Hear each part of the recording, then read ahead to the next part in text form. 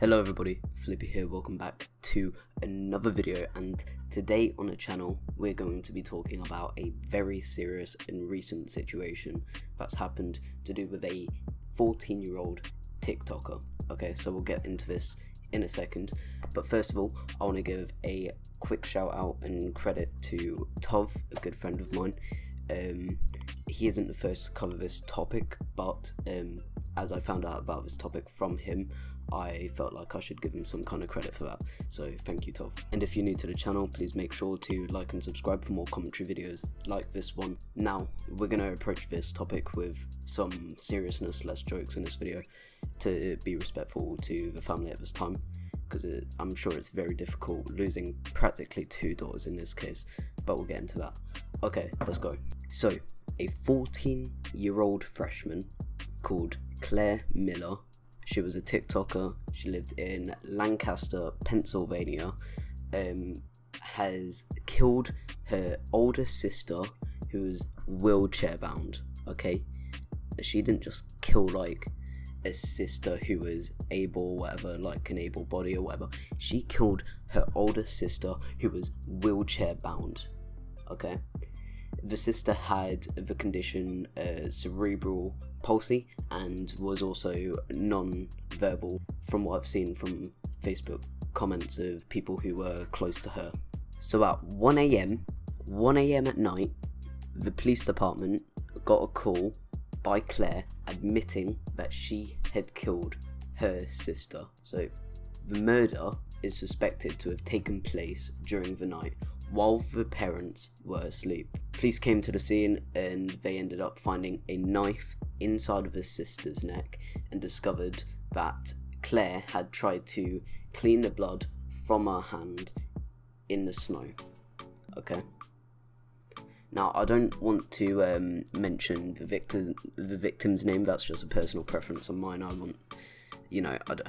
I feel like, personally, if I was a parent and I was watching someone talking about my child getting murdered, I wouldn't want them to bring up the name because that'd make me more upset. I don't know, that's just personal preference, so I'm just not going to mention the name in this video.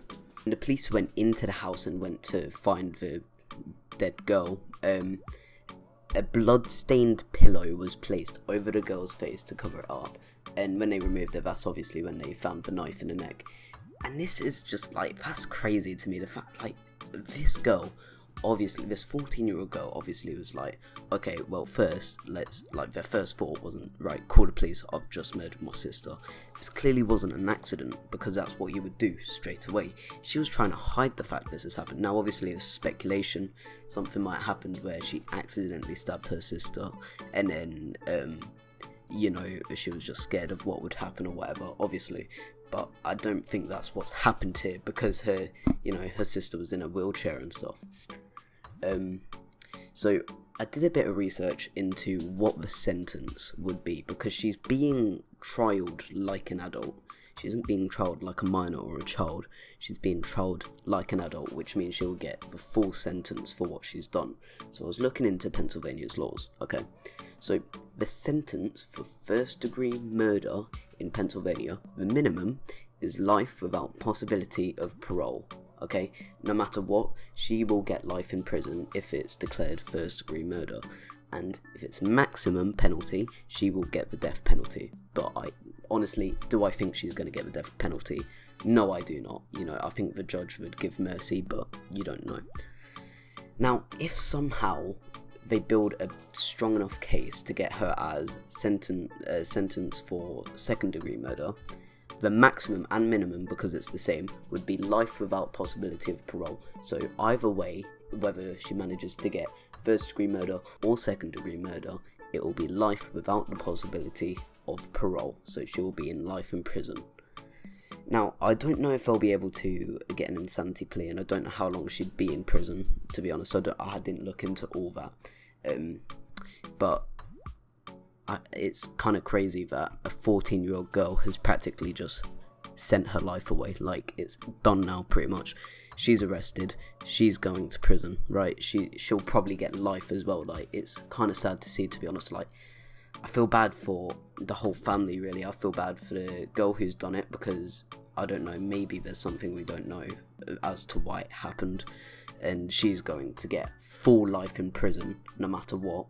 I feel bad for the family because they've technically lost 2 daughters because one of them has been killed and one of them is in prison for killing, you know. And how as a parent do you address that? Like, how do you look at a child that you love and think about how they stabbed your other child that you love? I don't know, to be honest.